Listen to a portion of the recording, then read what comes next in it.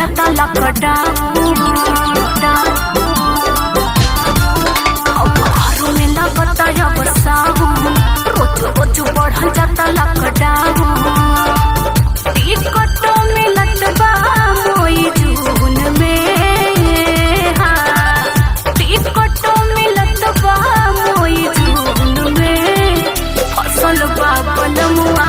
देहरादून में फसल बा परिचवा देहरादून में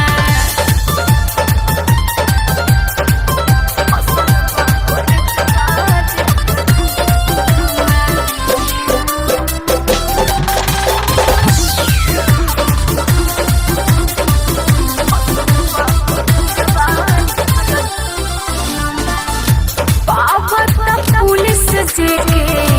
ओ देता खाया केतना ले देखी घर में फिल्म रमाया पावत पुलिस जेके ओ देता खाया केतना ले देखी घर में फिल्म रमाया खात बाटे रोटी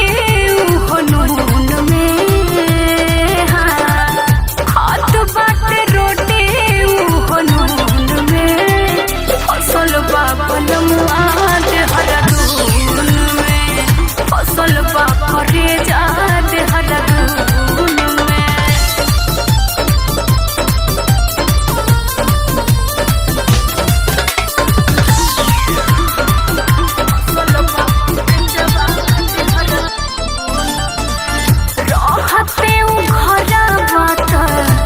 लागत न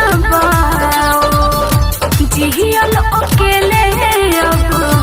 भइल बमा रहते घर बात लागत न जियल अकेले अब भइल बमा कविता आलोक मगन धुन में